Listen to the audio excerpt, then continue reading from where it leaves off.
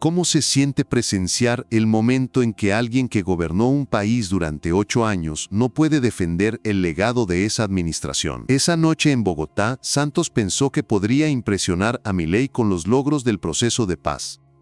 Pero cuando Milei comenzó a hablar, todas las afirmaciones del legado se desmoronaron y presenciamos cómo Santos no pudo defender sus propios logros.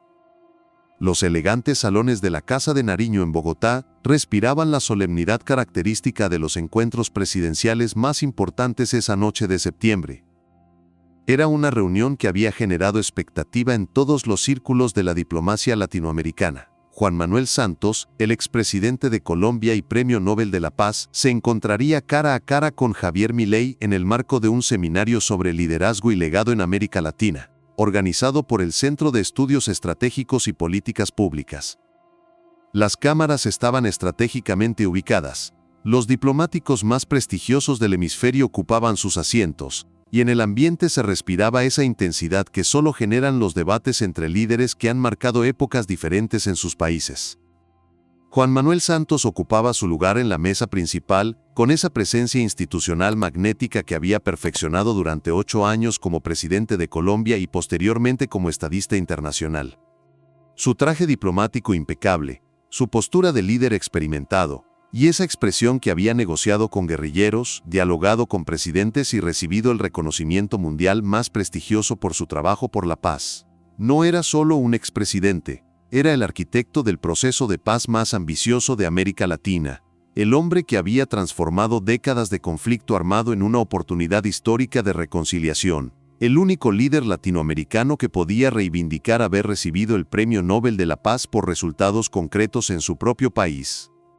Frente a él, en el lado opuesto de la mesa, Javier Milei revisaba discretamente algunos documentos con esa tranquilidad que había caracterizado todas sus intervenciones en foros internacionales desde que asumió la presidencia argentina. Su presencia contrastaba notablemente con la pompa diplomática del evento, gestos naturales, una serenidad que parecía ajena a las formalidades protocolarias bogotanas. No parecía intimidado por estar ante el Premio Nobel de la Paz más reciente de América Latina. Si acaso, parecía genuinamente interesado en entender los resultados prácticos de uno de los procesos políticos más estudiados del hemisferio. El seminario había comenzado con toda la ceremonia que exigía un evento de esta magnitud en la Casa de Nariño. Santos había desplegado su arsenal completo de credenciales históricas. Referencias detalladas al acuerdo de paz con las FARC, análisis de los mecanismos de justicia transicional implementados, esa mezcla de orgullo institucional y visión estadista que había caracterizado sus presentaciones más memorables en foros internacionales. Era su oportunidad perfecta para demostrar ante un auditorio regional que Colombia no solo había superado décadas de conflicto armado, sino que había establecido un modelo replicable de resolución de conflictos para América Latina. Durante la primera hora, todo había transcurrido dentro de los parámetros esperados de un debate entre estadistas experimentados, intercambios sofisticados sobre los desafíos de la construcción de paz, referencias eruditas a experiencias internacionales de posconflicto, esa conversación diplomática elegante que caracteriza los encuentros entre líderes que han enfrentado crisis históricas. Santos estaba en su mejor forma como arquitecto de la paz, desplegando su conocimiento detallado de los mecanismos de reconciliación, estableciendo paralelos con otros procesos de paz mundiales, demostrando por qué Colombia había logrado lo que muchos consideraban imposible: transformar un conflicto armado de más de medio siglo en una oportunidad de transformación social. Pero algo sutil había comenzado a cambiar en la dinámica del intercambio. Milei no estaba respondiendo como la mayoría de los interlocutores internacionales que habían discutido el proceso de paz colombiano en contextos similares. No expresaba la admiración habitual por los logros del proceso de reconciliación. No adoptaba los patrones conversacionales que caracterizaban las discusiones sobre justicia transicional. No caía en las dinámicas diplomáticas que habían definido estos debates durante años. Más inquietante aún, parecía estar tomando notas muy específicas, como si estuviera documentando aspectos particulares del discurso sobre el legado presidencial. La primera señal de que algo extraordinario estaba por ocurrir llegó cuando Santos decidió desplegar su argumento más poderoso: el balance completo de su administración y el impacto transformador del proceso de paz en Colombia. Presidente Milei, dijo Santos inclinándose ligeramente hacia adelante con esa solemnidad que había caracterizado sus discursos más importantes en la ONU, es fundamental que comprenda la magnitud histórica de lo que logramos en Colombia durante mi administración. Era su movimiento estratégico, el despliegue de credenciales de legado, la demostración de transformación histórica, el tipo de argumento de autoridad que había impresionado a audiencias internacionales y validado su trabajo ante organismos mundiales de paz. El salón se cargó de expectación. Los asistentes se prepararon para escuchar una de esas presentaciones magistrales de construcción de paz que habían hecho famoso a Santos en los círculos diplomáticos internacionales, y todos anticiparon ver cómo el presidente argentino respondía a la demostración de liderazgo histórico más contundente de América Latina reciente. Pero lo que sucedió a continuación no fue lo que nadie había anticipado. Milei cerró discretamente su carpeta de documentos, se acomodó en su silla y miró directamente a Santos con una expresión que mezclaba respeto diplomático con algo que podría haber sido curiosidad analítica. Expresidente Santos, dijo con una tranquilidad que contrastaba dramáticamente con la solemnidad del momento, aprecio mucho esa perspectiva sobre la magnitud histórica. ¿Podríamos revisar algunos indicadores específicos de los resultados de ese proceso? La pregunta cayó sobre el salón como una piedra en agua tranquila. En 11 palabras directas, Milei había transformado completamente la naturaleza del encuentro. Ya no era una celebración del legado presidencial, era una solicitud de evaluación empírica de resultados gubernamentales. Santos sintió que el terreno diplomático familiar comenzaba a moverse bajo sus pies. En años de presentaciones sobre su legado presidencial, rara vez había tenido un interlocutor que no aceptara las credenciales del Premio Nobel como validación suficiente, sino que pidiera datos concretos sobre efectividad de políticas.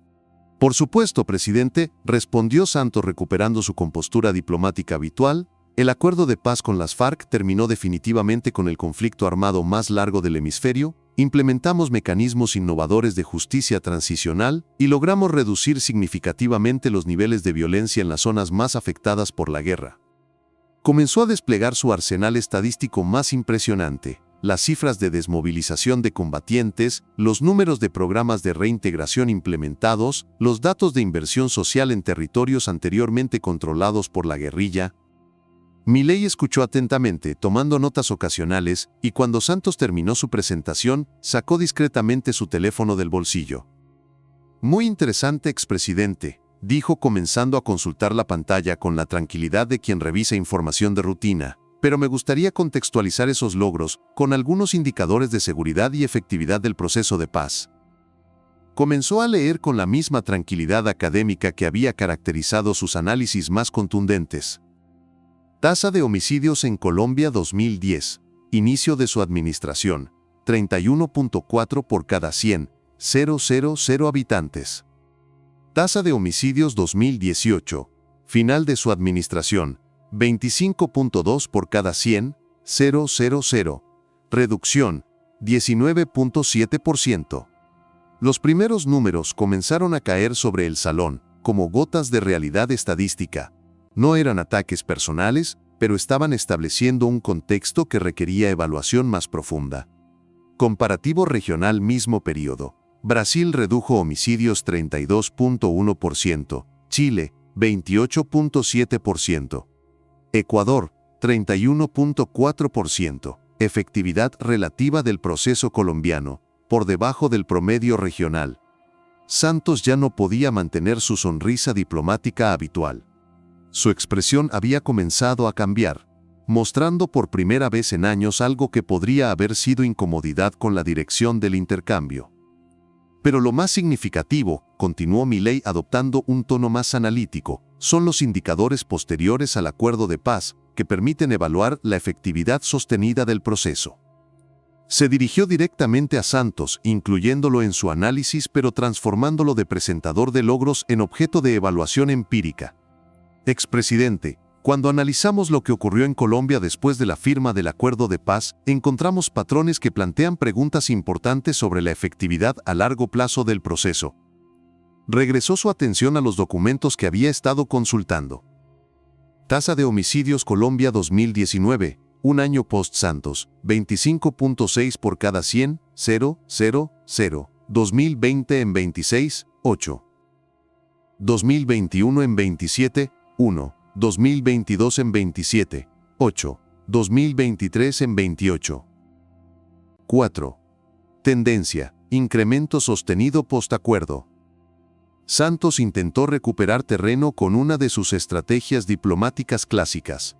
Presidente, el proceso de paz es complejo y requiere tiempo para consolidarse completamente. Expresidente Santos, lo interrumpió Milei con una sonrisa que no tenía nada de descortés. Yo comprendo perfectamente la complejidad. Por eso estoy presentando indicadores que permiten evaluar si esa complejidad se está resolviendo efectivamente. Sacó nuevamente su teléfono, y Santos sintió una punzada de alarma al darse cuenta de que había más información comparativa por venir. Porque verás, he estado revisando datos sobre otros componentes del proceso de paz, y hay patrones que cualquier estadista debería conocer sobre los resultados integrales de su trabajo. Comenzó a leer con la misma precisión analítica: número de excombatientes de FARC asesinados desde la firma del acuerdo de paz, 342 personas según la ONU. Número de líderes sociales asesinados en el mismo periodo, 1, 291 personas según Indepaz. Los números de realidad post-conflicto fueron como una avalancha sobre toda la narrativa de éxito que Santos había construido alrededor de su legado. ¿Y sabes qué es lo más preocupante, Juan Manuel?, preguntó Milei, adoptando un tono casi consultivo. Que cuando comparamos estos resultados con las expectativas que generó el Premio Nobel de la Paz, el contraste sugiere una brecha significativa entre reconocimiento internacional y efectividad práctica. Se dirigió a sus documentos con precisión estadística. Otros premios Nobel de la Paz por procesos de reconciliación: Nelson Mandela, Sudáfrica, homicidios post-transición disminuyeron 45% en 5 años. Menachem Begin, Camp David, conflictos armados Israel-Egipto, 0 desde 1979. Adoptó una postura más reflexiva, y la pregunta que me surge como observador es: ¿cómo es posible que un proceso que mereció el Premio Nobel de la Paz haya producido resultados de seguridad que se deterioraron después de su implementación? El resto del seminario transcurrió en una atmósfera completamente diferente. Santos intentó recuperar el control del intercambio con algunos comentarios sobre las complejidades estructurales del posconflicto colombiano, pero su argumentación había perdido toda efectividad. Era evidente que había perdido completamente el dominio narrativo del encuentro, que sus argumentos de legado transformador habían sido desmantelados por análisis empírico posterior, que su primera confrontación real con evaluación de resultados a largo plazo era también la más pública de su carrera postpresidencial. Por primera vez desde que recibió el Premio Nobel de la Paz, Juan Manuel Santos había sido confrontado no con hostilidad política sino con evaluación de efectividad.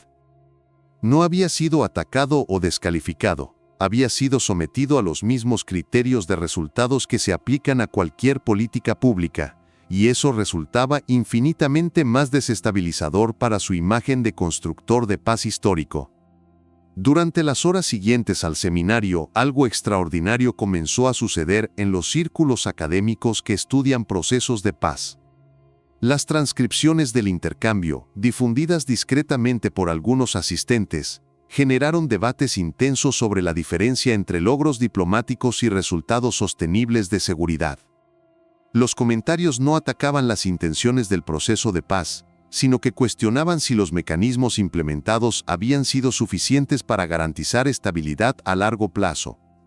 El Espectador publicó un editorial titulado Legado presidencial versus resultados medibles, que analizaba los datos presentados por Milei sin tomar partido político, pero concluyendo que los procesos de paz deben evaluarse por su capacidad de generar seguridad sostenible, no solo por el reconocimiento internacional que reciben. Semana dedicó una edición especial al análisis comparativo de procesos de paz mundiales, invitando a académicos de diferentes universidades para evaluar la efectividad del modelo colombiano. Dentro de los propios círculos que habían apoyado el proceso de paz, el impacto fue sísmico. Varios analistas que habían celebrado el acuerdo de paz, como ejemplo para América Latina, comenzaron a cuestionar privadamente si las evaluaciones habían incorporado adecuadamente indicadores de efectividad a largo plazo. No era oposición al proceso, sino curiosidad intelectual sobre la sostenibilidad real de los mecanismos implementados. Los centros de estudios de paz que habían usado el modelo colombiano como referencia internacional comenzaron a revisar sus marcos de evaluación. El Instituto Kroc de la Universidad de Notre Dame, que había monitoreado la implementación del acuerdo, publicó un paper que concluía: los procesos de paz muestran complejidad implementativa significativa, pero requieren mecanismos más robustos de sostenibilidad para validar completamente sus objetivos de transformación social. Juan Manuel Santos mismo, en una reflexión posterior que sorprendió a muchos observadores, admitió en una entrevista con Caracol Radio: el intercambio con Milei me hizo reflexionar sobre cómo medimos el éxito de los legados presidenciales. Tal vez es momento de ser más rigurosos sobre qué logramos realmente y qué sigue siendo trabajo pendiente. Pero añadió algo más profundo: durante años me enfoqué en el reconocimiento internacional del proceso de paz. Esa noche comprendí que los colombianos también esperan que esos reconocimientos se traduzcan en seguridad efectiva y duradera en sus territorios. 6 meses después del seminario, Juan Manuel Santos había introducido modificaciones significativas en cómo presentaba su legado presidencial en foros internacionales. Sin abandonar el orgullo por el proceso de paz, había incorporado reconocimientos más honestos sobre los desafíos pendientes y la necesidad de fortalecer los mecanismos de implementación. Sus nuevas presentaciones incluían análisis de resultados mixtos y propuestas para mejorar la efectividad de procesos similares en otros países.